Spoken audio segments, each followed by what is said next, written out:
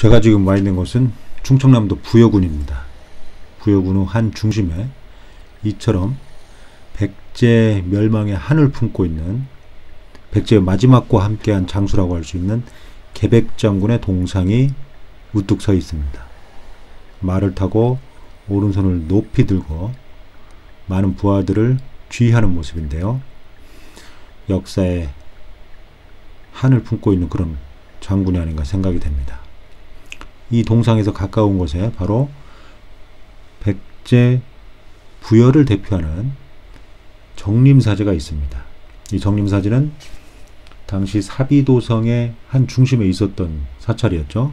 이 사비도성은 주작대로와 남북대로가 있는 계획도시였던 걸로 추정되고 있는데, 바로 남북도로 우측가에 있었던, 남북도로가에 있었던 아주 큰 사찰이었고 당시 중심적인 사찰로 추정됩니다.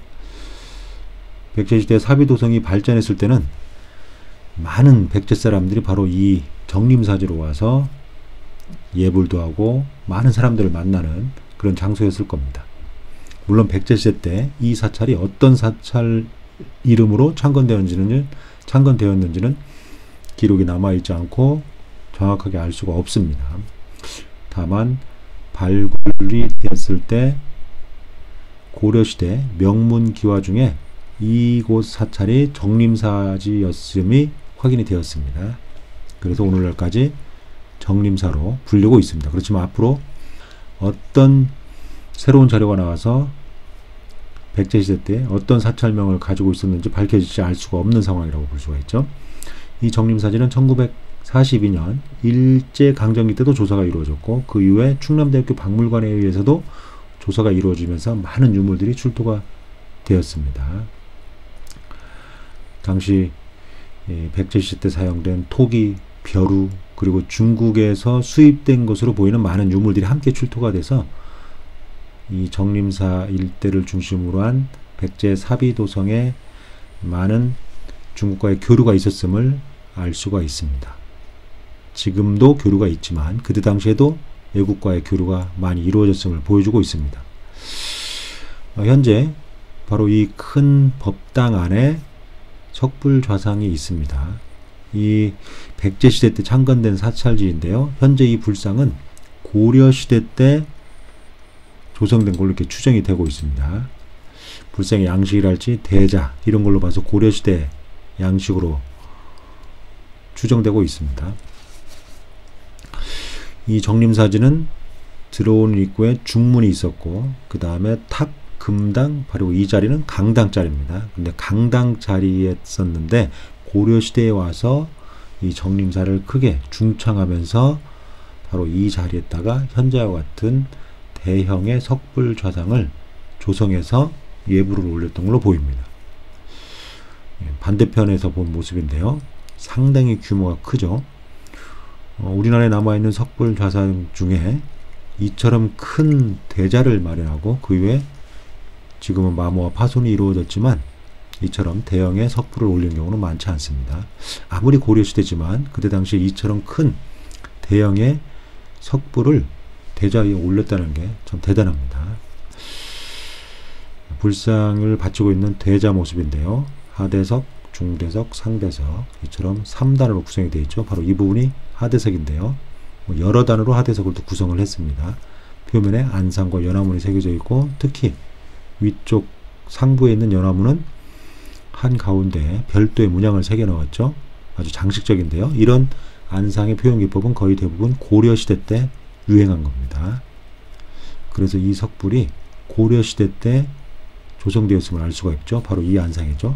고려시대 때 새겨진 전형적인 안상의 표현 기법이라고 할 수가 있습니다. 그리고 파손이 이루어졌지만 상면에 연화문이 새겨져 있죠. 시간이 흐르면서 어느 시기에 붕괴 내지는 파손되었음을 알 수가 있습니다. 이거 중대석인데 중대석의 표면에도 안상이 새겨졌을 텐데 흔적만 남아있고 지금은 많이 파손된 상태고요. 상대석 하부에 받침부인데 아주 정교하고 세밀하게 받침부를 기교 있게 돌을 깎았음을 알 수가 있습니다. 상당히 장식적으로 깎았다는 거죠. 이 대자를 만든 장인이 상당히 우수한 그런 예술적 기교가 있었던 사람으로 보입니다. 불상은 많이 마모가 됐습니다. 어떤 이유인지 불두도 새롭게 만들어졌고 그 위에 보게도 머리에 쓰고 있는 모자 형식의 보게도 새롭게 만들어진 걸로 보입니다. 후대에 와서 여러 우여곡절을 겪었음을 알 수가 있습니다. 그렇지만 이 대자가 상당히 규모도 크고요.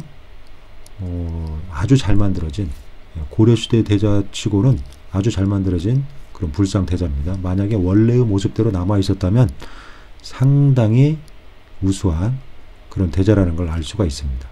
이처럼 대자 상부에 깎은 어떤 돌을 다룬 기법들이 상당히 우수합니다.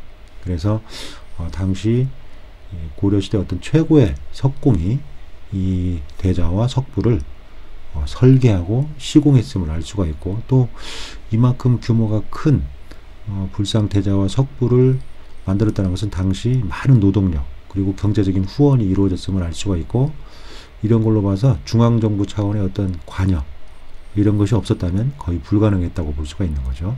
네.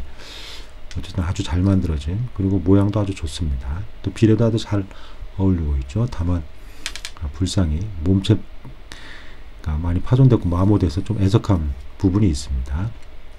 다소 기형적이고요. 또 완전한 모습은 아니죠. 네. 그렇지만 아주 원래는 아주 잘 만들어졌을 걸로 이렇게 추정이 됩니다. 네. 뭔가 보존 처리와 보수를 위해서 여러 가지 장비들이 지금 시설되어 있음을 알 수가 있습니다. 파손과 마모가 많이 돼서 좀 애석한 부분이 있네요. 어쨌든 이 석불은 고려시대 때 조성된 것은 분명한 것으로 이렇게 추정되고 있는데, 1942년도 일제강점기 때 발굴할 때 이 사찰이 정림사인과 함께 그 기와에서 태평 8년이라는 명문이 나왔습니다. 이 태평 8년은 요나라 연호인데요. 오늘날 서기로 치면 1028년이고요. 고려 현종 19년이 됩니다.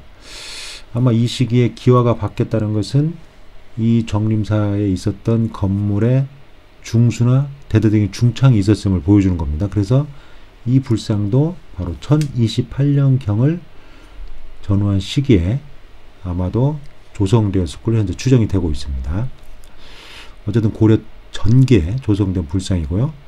고려시대를 대표하는 그런 불상이고, 정림사지가 고려시대 때 새롭게 중수되었음을 알려주는 아주 중요한 그런 자료입니다.